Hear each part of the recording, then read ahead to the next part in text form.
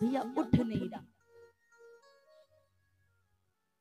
और जैसे ही शिव धनुष जब नहीं उठा तो स्वाभाविक सी बात है, श्री जनक जी महाराज को क्रोध आ गया और श्री जनक जी सिंहासन से खड़े और बोल पड़े, बोले दीप दीप के भूपति नाना आए सुने हम जो पैन ठाना।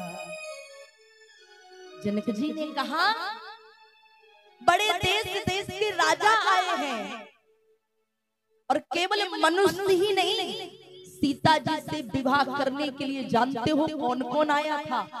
बोले देव तनुज धर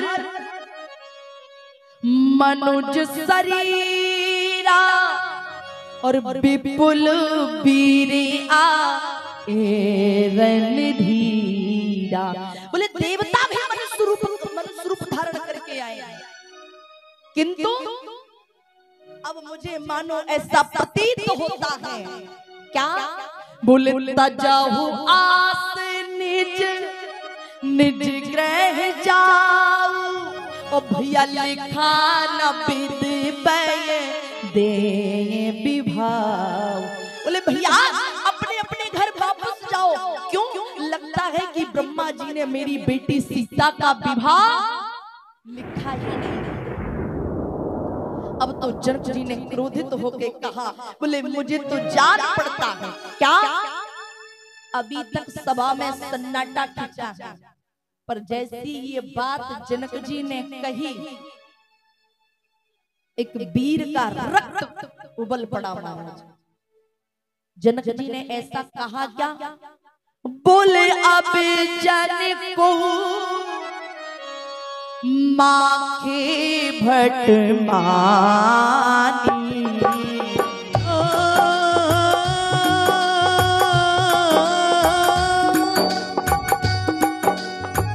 अब जन को माखे भट मानी धीरे धीरे महीने जानी धीरे धीरे महीने जानी। जनक जी ने कहा, बोले अब कोई ऐसा माई का लाल नहीं है जो शिव धनुष को तोड़ सके।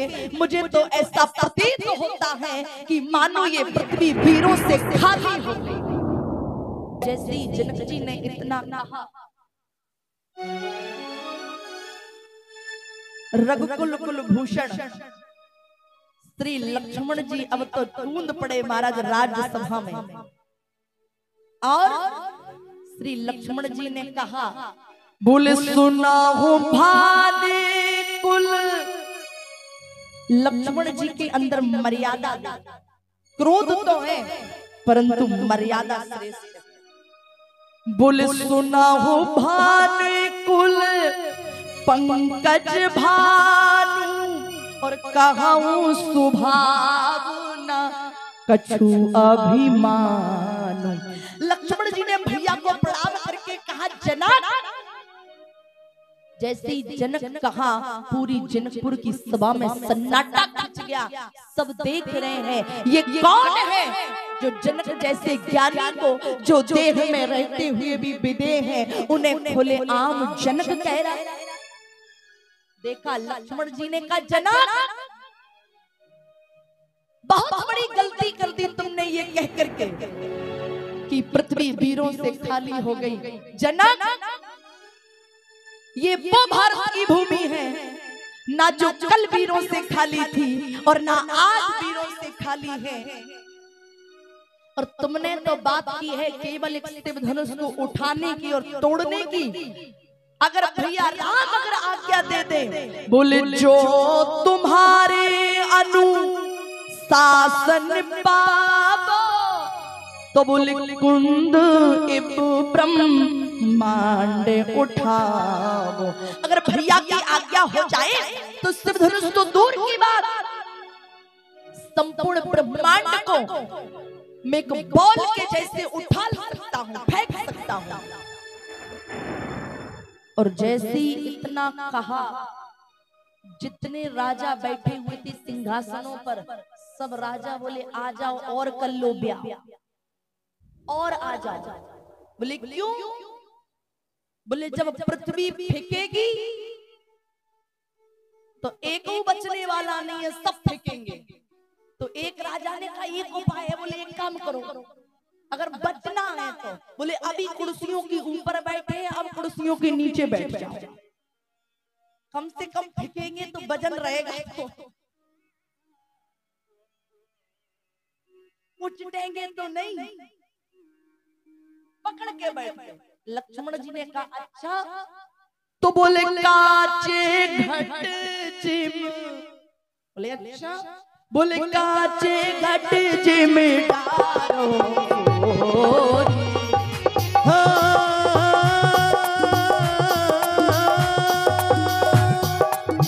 काचे घट जिम डारो खोरी, सकऊ मेरे मूलक जिम तोरी, सकऊ मेरे मूलक जिम तोरी। बोले काचे घट जिम, बोले पूरे ब्रह्मांड को कच्चे मटके के जैसे फोड़ दूंगा। अब जितने राजा कुर्सियों के नीचे दुखे थे सब बोले लेकर आओ बाहर, कुछ नहीं हो रहा, सब बैठे हैं डरे। लक्ष्मण जी बोले कमल नाल जिम, ये तो चाप चढ़ावो। ओ बोले जो जन सत प्रणाम ले धाम, बोले शिव धनुष को 100 योजन तक लेकर के दौड़ सकता हूँ। तोरो छत्रक दंड में तब प्रताप बलना, जो न करो प्रभु पद शपथ करे न धरो दो धनुमा। श्री लक्ष्मण जी ने आदेश घोषणा कर दी। आज लक्ष्मण जी बड़े क्रोधित हैं। अच्छा मैं निवेदन करना चाहता, जब लक्ष्मण जी ने ऐसे वचनों का प्रयोग किया, पूरी जनकपुर की सभा थर्राई हुई है, सब कांप रहे हैं, परंतु पूरी जनकपुर की सभा में एक है जो बड़ी प्रसन्न हो रही है, बैठी बैठी बड़ी खुश हो रही है। कौन है? यदि सकल लोक सब भूपट राने, सकल लोक सब भूपट राने, सकल लोग सब भूप डराने, सकल लोग सब भूपट राने, सकल लोग सब भूप डराने।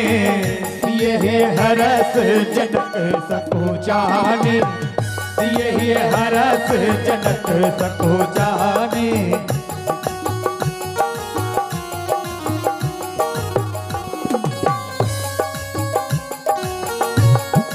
जय हो।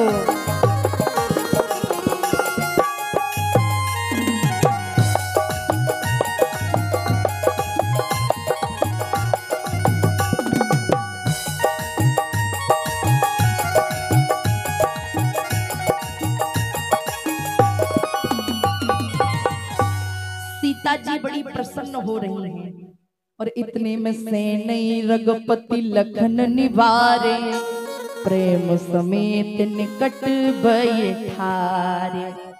श्री राम जी ने लक्ष्मण जी को पास में बिठाया।